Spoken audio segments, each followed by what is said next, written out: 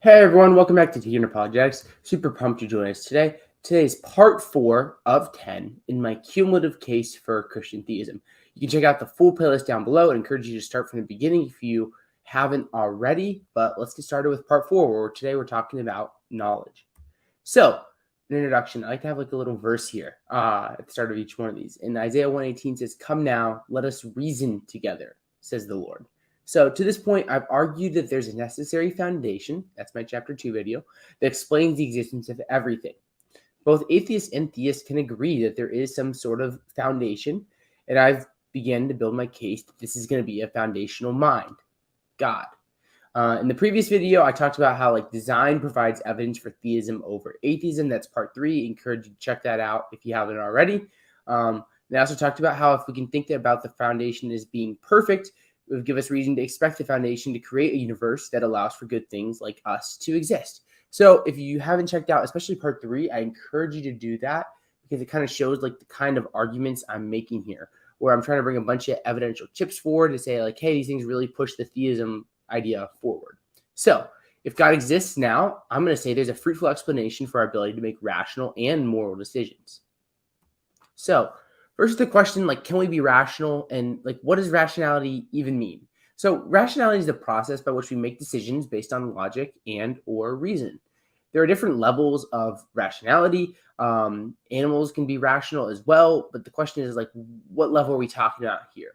Making simple decisions such as choosing what food to eat requires less cognitive capacity than contemplating complex questions like, does God exist?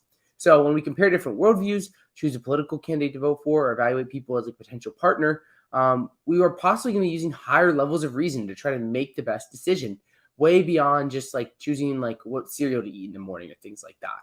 So the question is how are we making these really important, impactful decisions? Is that decision me to not write a book but make this presentation in this cumulative case the product of me freely choosing to do so? Is it determined that something caused me to do it? And a lot of it's going to come down to the question of free will versus determinism, which is is it possible that I could do anything different than what I'm doing right now, recording this on a day in December in the middle of the afternoon? So given atheistic naturalism, a view of reality in which God doesn't exist and we are merely the products of natural causal entities, our capacity to reason about complex issues is going to be thrown into question. Given this hypothesis, everything that exists is a product of the laws of nature which govern the Big Bang and determine the course of history. If this is true, you would be a product of that foundation, and all your thoughts, feelings, and decisions would be consequences of the foundation and the laws that govern it. If this is true, there are potential implications for your ability to make rational judgment. So what I'm going to try to argue is that, given atheism, are we going to really have the level of rationality that we intuitively think we have, and that is necessary to make really important decisions? So if an atheistic picture of the world is true, you could not have done anything different than what you're doing right now. And I would add an atheistic deterministic picture of the world. This is because your decision to eat pineapple pizza, which is gross, but actually recently I've been it's actually kind of decent, or watch Star Wars, wouldn't ultimately originate by your own free will, but by the laws of nature which govern you. Atheist Richard Dawkins is famous for picturing a world in which we're merely just dancing to our DNA.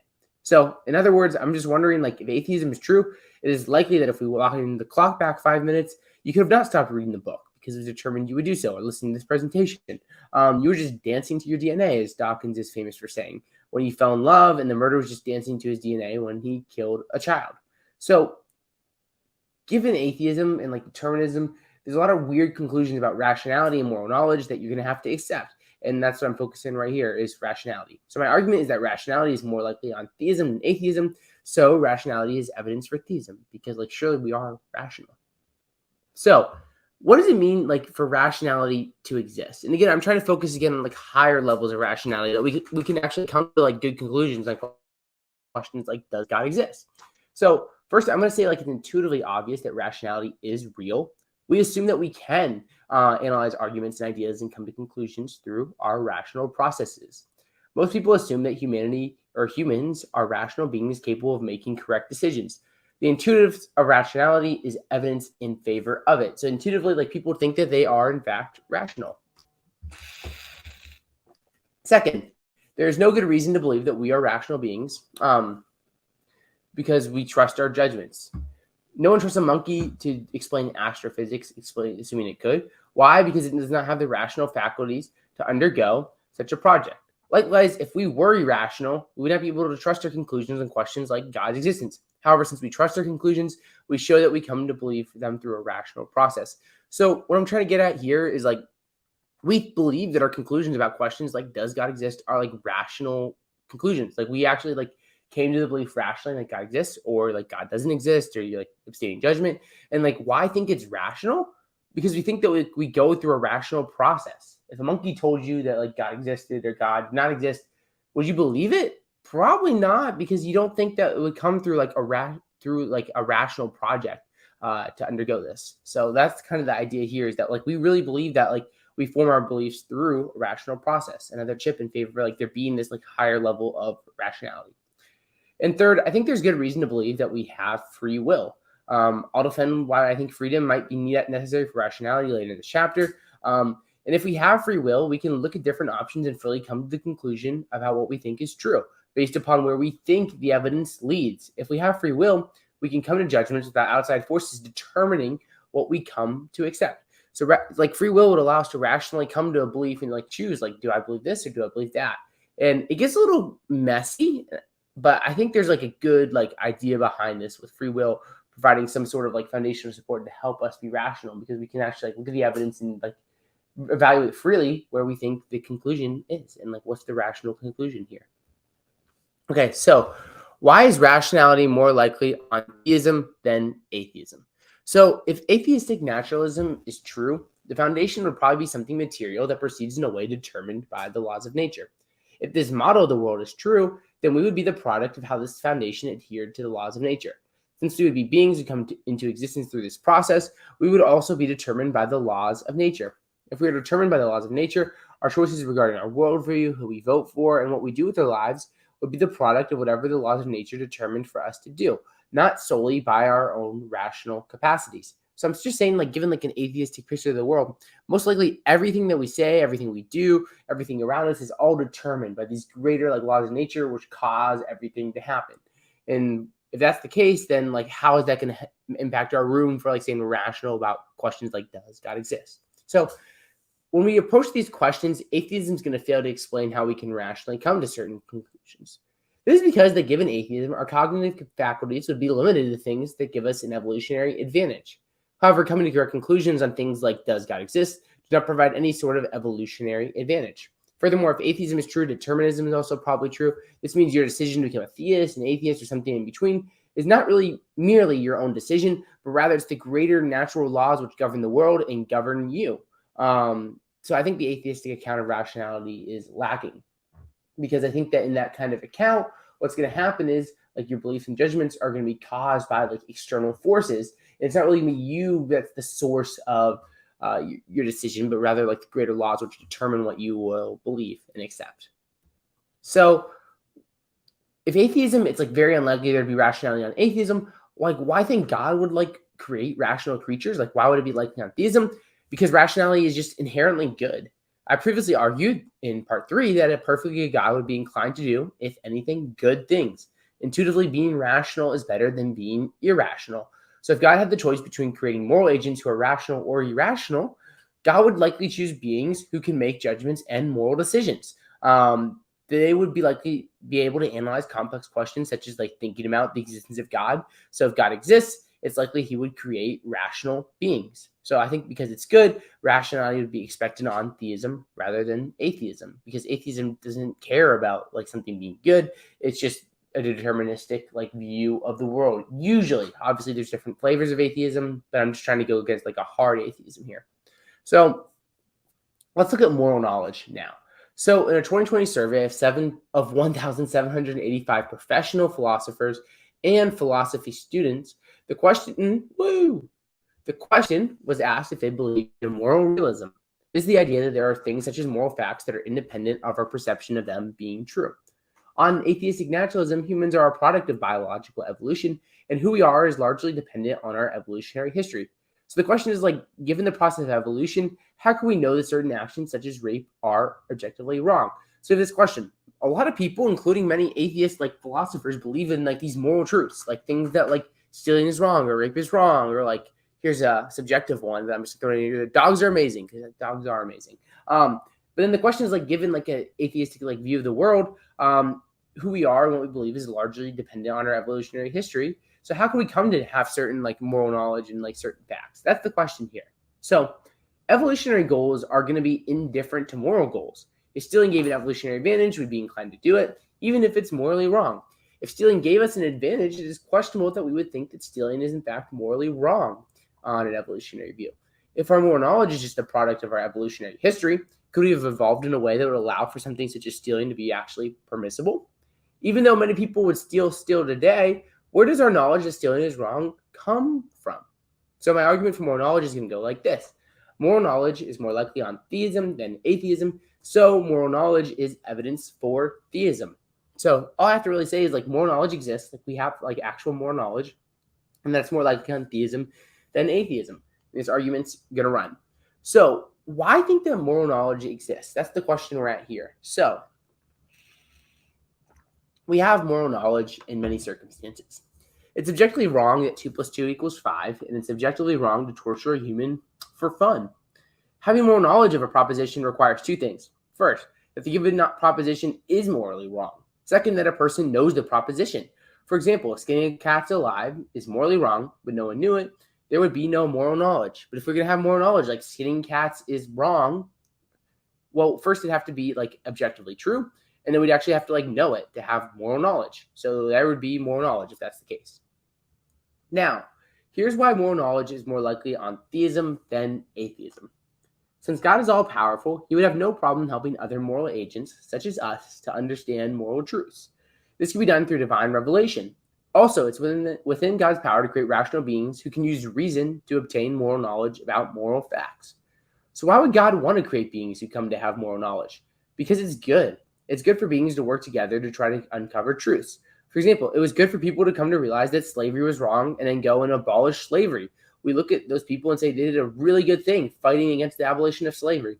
Furthermore, if God were to create creatures, it would be good to create beings who are capable of making morally significant decisions, as it would give the world more moral significance than beings could not make these decisions. Making decisions of like moral importance and moral significance is surely like a good thing. And when we do them right, it's a great thing. So if we have moral knowledge, it's going to help us make these like important, morally significant decisions. Now, the question is like, given atheism, the evolutionary process is going to be driven not to produce accurate moral knowledge, but rather towards survival and reproduction. So it seems conceivable that in some possible world, an action such as stealing could be an evolutionary tool for human survival. So could an action like stealing be morally acceptable behavior for humans in some possible world? The atheist would probably have to say yes, because if our moral knowledge comes from our evolutionary history, we would probably think that stealing in that world was a morally permissible action. So what I'm trying to argue is that like given atheism, it's possible like all the kinds of these things that we think are morally wrong in some other possible world, if our moral knowledge is just a product of our evolutionary history, we would think that like they're okay to do.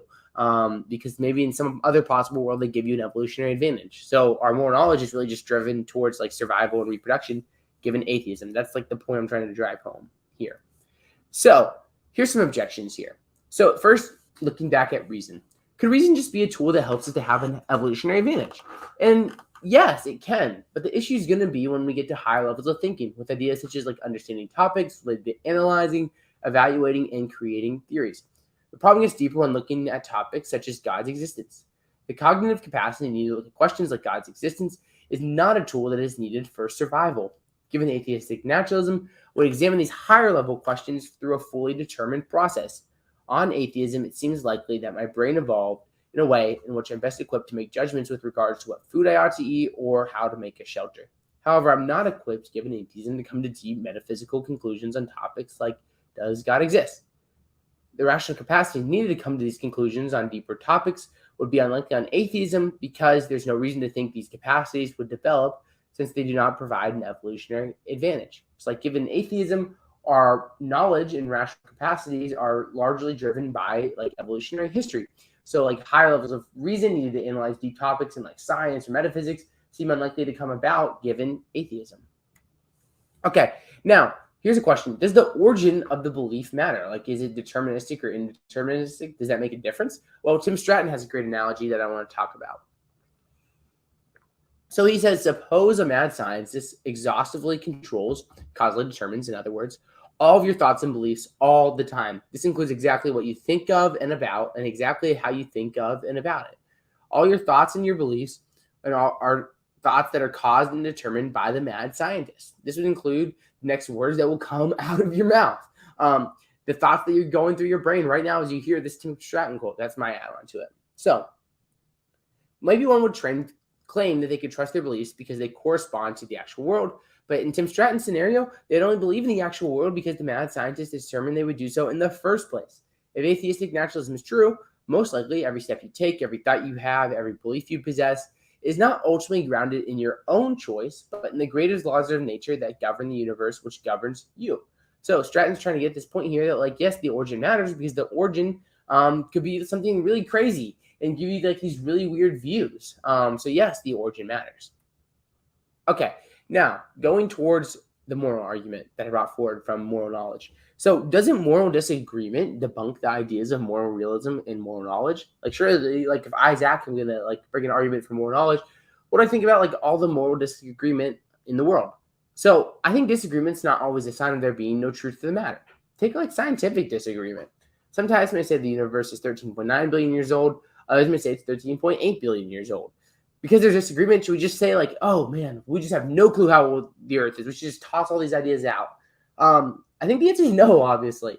And similarly, we can look at and say like in debate and still have moral progress as we use revelation and rationality to pave the path forward. The Geneva Convention of the 20th century, which aimed to protect civilians from unjust and brutal war crimes, was surely a good thing and an example of humanity making moral progress. Moral decisions mean that we are progressing towards something, namely a closer adhesion to the moral facts. If we aren't progressing towards moral facts, what would we be progressing towards? Changing moral knowledge reflects debates and conversations over the correct moral facts. In a similar way, as like changing scientific knowledge and ideas reflects debates and conversations over the correct scientific facts. So I don't think that like moral realism is going to debunk moral knowledge. Okay, now, isn't moral knowledge just a tool that helps us to survive? So I think the argument for moral knowledge is going to say that like it's not merely just about survival, but also about the question of like, can we come to have accurate moral knowledge? If moral knowledge is just a product of evolutionary history, is just a product of our evolutionary history, then I think we'd have some reason to think there are possible worlds where we think stealing or other terrible acts are morally permissible.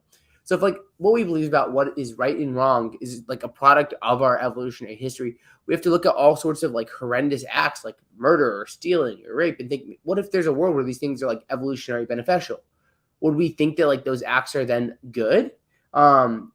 If our moral knowledge is from our evolutionary history, you'd have to think there's some world where you think that is the case, which seems really weird and counterintuitive, which is why I want to say, like, given atheism, it's unlikely we could have like accurate moral knowledge because it comes from a process that isn't concerned about us having accurate moral knowledge. So in this chapter, I've defended two basic arguments. First, the existence of rationality, that the ability to think and make judgments, especially at a high level, would be expected under theism, but not atheism. Second, the existence of moral knowledge, the ability to come to know moral truths, would be expected on theism, but not atheism. These things would be expected on theism because if God exists, he'd be a free mind that could create other minds that could think and make judgments that were not wholly determined by outside influences. Whereas if atheism is true, a person's decision to believe or not in God and their moral knowledge is ultimately not a product of their own rational decision making, but a product of the mindless laws of nature and evolutionary history that govern and determine their every action. So that's part 4 of my cumulative case for Christianity. Part 5 will come out probably late January, and I hope you just stay tuned and enjoy the journey. Leave a thought in the comments. The best thing to do is comment and then email me here at apologetics@gmail.com. But yeah, that's that. Thank you everyone for tuning in. God bless, and we'll catch you next time.